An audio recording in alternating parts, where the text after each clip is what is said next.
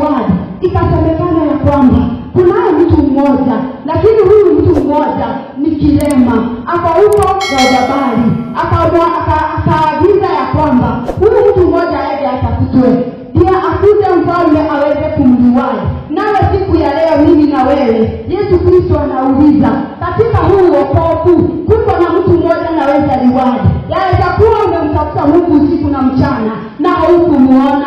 Siku ya leo kanisa nimekuja kukuambia ya kwamba uliyekuwa Lodebari, wewe uko Lodebari siku ya leo. Wewe umemtafuta Mungu usiku na mchana. Siku ya leo Mungu amekuahidia ya kwamba atakukumbuka. Haijalishi hata kutapatikana mtu mmoja wa kuuliza uko wapi, lakini mfalme wa wafalme anauliza ya kwamba kuna mama mmoja amekuwa akililia Mungu siku na mchana. Siku ya leo nitamkumbuka. Kama vile huyu mtumishi wa Mungu aliyekumbuka yale maagano, akauliza ya kwamba katika nyumba ya Sauli kuko na mtu mmoja amebaki, niweze kumuonesha wema wa Mungu. Nawe siku ya leo kanisa nataka kuambia, siku ya leo labda uko katika Lodebari, haijalishi uko Lodebari gani, lakini Yesu Kristo anapofika atatumana. Anauliza ya kwamba ametumana siku ya leo, anauliza ya kwamba kama kuko na mtu mmoja niweze kumliwadi, sababu ilikuwa na maagano. Nawe wakati ulipookoka kuna maagano yako. Wewe ulipopokea Yesu Kristo kama mwokozi wa maisha yako, kuna agano zako, kuna baraka zako. Uliyepokea Yesu, laana zako zilisha, jina lako lilibadilika, sababu kuna maagano ya damu ya Yesu Kristo ambaye inanena mema juu ya maisha yako. Siku ya leo Mungu anasema ya kwamba atakumbuka watu wake, atawakumbuka sababu amesema. Na neno moja litokalo kinywa la Mungu halimrudii bure, linatimiza makusudio yake. So asubuhi ya leo, siku ya leo wa mama, siku ya leo wazee, siku ya leo wanalika, wewe uko katika Lodebari, sijui ni wapi, lakini Yesu Kristo anasema atakuita katika Lodebari kama vile alimfanya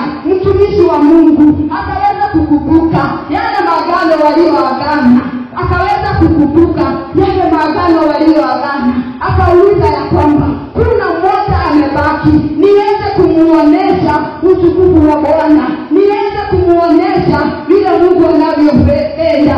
Kukasemekana ya kwamba kuna mmoja na ni kiwete, kuna mmoja na ako Lodebari. Yaweza kuwa ya kwamba wewe ni kiwete, sijui ni kiwete ya nini.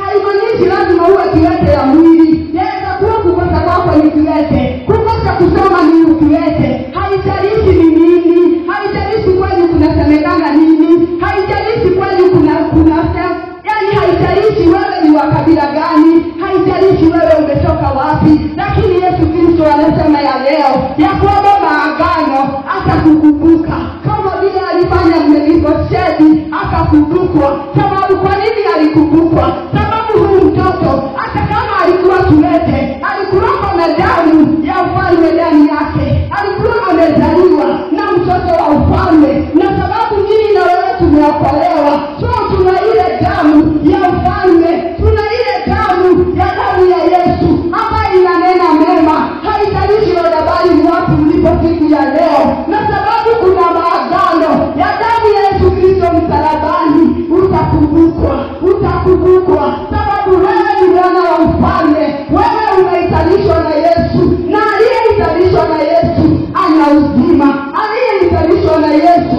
ako na amani. Usiku wa leo nimekuja kuambia ya kwamba haijalishi Lodebari uko wapi, sababu wewe umeokoka na unatii, unanenda na mienendo ya Mungu, umeitwa, umechaguliwa, uko na damu ya ufalme ndani yako. Sababu wakati ulipookoka uliatanishwa na ukoo wenu, ukatanishwa na sauti zenu, ukamfuata Yesu Kristo, ukasema ya kwamba utafuata Yesu Kristo. So ndani yako kuna utamu ya ufalme, na kipasa siku ya leo Mungu atakukumbuka sababu umeokoka, umeitanishwa na Kristo. Mungu atakukumbuka sababu damu yako imeshikanishwa na ufalme wa mbingu, umeshikanishwa na mfalme wa falme. Haijalishi Lodebari ni wapi, haijalishi wewe uko wapi, lakini siku ya leo utakumbukwa. Kama ninaomba tuendelee. mstari wa 5 anasema, basi mfalme Daudi akatuma watu akamuondoa katika nyumba ya Makiri mwana wa Amieli katika Lodebari. Basi Mefibosheti mwana wa Yonadhani mwana wa Sauli akaenda kwa Daudi, akaanguka kifudifudi akasujudu. Daudi akasema, Mefibosheti, naye akaitika, mimi hapa mtumwa wako. Daudi akamwambia, usiogope, maana bila shaka nitakutendea mema kwa ajili. Bwana Yesu asifiwe. Huyu mtumishi wa Mungu alipoitwa, alienda akanyenyekea sana katika miguuni ya mfalme.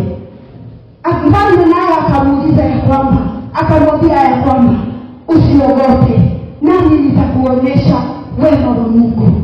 Hakika wapendwa, siku ya leo nimekuja kuambia usiogope. Mungu anasema ya kwamba atakuonyesha wema na ufalme wake siku ya leo. Mradi tu usikilize, mradi tu usione mama George. Shika hata kama ni neno moja, nazo sifa na utukufu zimrudie Mungu. Tutanyenyekea sana miguuni mwa Bwana kama vile Mefibosheti alivyoitwa, akanyenyekea sana, akajiuliza ya kwamba mimi ni nani? Akanyenyekea sana, lakini yeye si nani? Mkumbuke ya kwamba huyu mtoto ni mtoto wa kifalme. Hata kama Mungu alikataa Sauli, bado tu alikuwa kiongozi, bado tu alikuwa mfalme, bado tu alikuwa anampenda.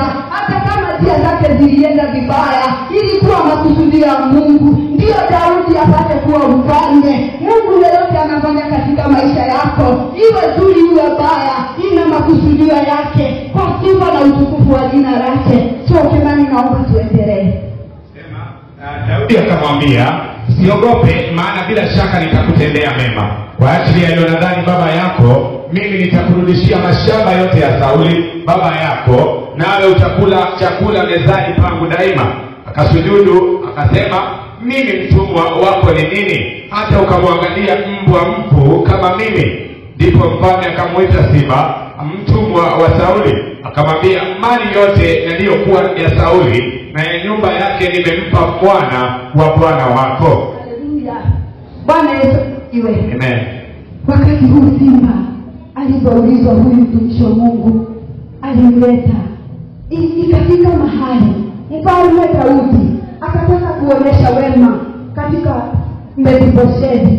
Alimpa vitu vilivyokuwa sababu yake, alimrudishia kitu na kingine. Naye huyu Simba akawa ni mtumishi wake, akawa anamsabu kwa sababu ameonyeshwa wema. Leo siku ya leo, wakati Mungu atakapokukumbuka, wema wake utauona. Walioulizwa uko wapi, kile kimekuwa kikizuilia kitakuwa ndicho kinakusabu. Kile kilichokuwa kinakukwaza, kile kilikaa kando kimezuia baraka zako, hicho ndicho kitakuwa kikikunyenyekea. Haijalishi ni aje, lakini utarudishiwa.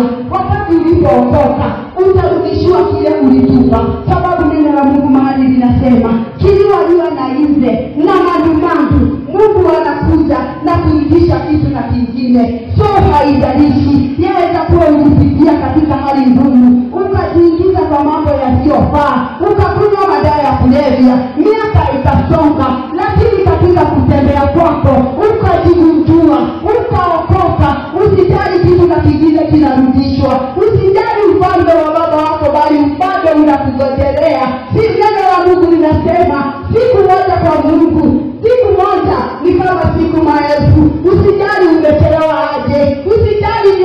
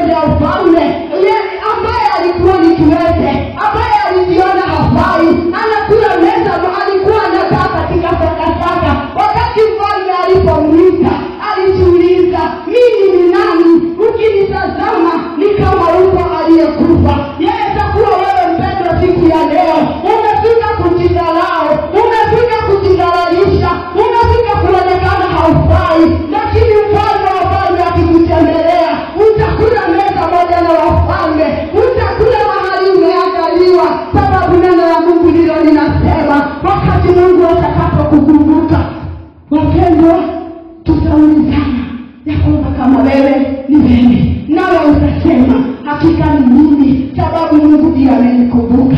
Haijalishi hauko na mzee, wale hawana wazee, mzee wao ni Mungu. Hawana wazazi, uzazi wao ni Mungu. Tutegemea Mungu, tumainia Mungu, utakumbukwa. Haijalishi ni aje, kama vile Mefiboshethi alivyokumbukwa. Nawe siku ya leo nimekuja kukutangazia ya kwamba Mungu atakukumbuka.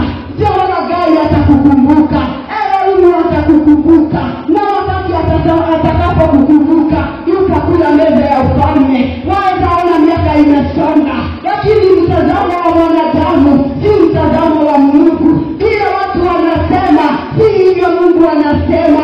Wakati wa Mungu hapangiwi. Mungu anajipangia yeye, anabariki mwenye anataka, anaandaa meza kwa wakati wa sawa. Soweza kuwa umefinyilika, Mungu alikuwa atakukumbuka kama vile alikumbuka Mefiboshethi, nawe siku ya leo atakukumbuka. Meza imeandaliwa, usijali unapita wapi, usijali umeona nini, usijali umelia mpaka wapi, usijali umesimama mpaka wapi, lakini wakati Mungu atakapokukumbuka meza imeandaliwa. Na Mungu ninaaminia kwamba akiandaa meza hakuna kitu hakuna. Uchungu umepitia utakuwa umekwisha, madhara umeona yatakuwa yamerudi nyuma yako. So siku ya leo nataka kuwaambia ya kwamba Mungu atakukumbuka. Aliyefanya huyu mtoto atakumbukwa. Wakati alikuwa anajidharau, anajiona yeye kama Mungu amekufa, Mungu wa mbinguni hakuangalia hayo maneno. Alinyenyekea, akaonyesha upendo wa Mungu, akaonyesha ufalme wa Mungu, akakula meza ya ufalme, akarejesha kile chochote kilikuwa cha babu yake, akarudishwa.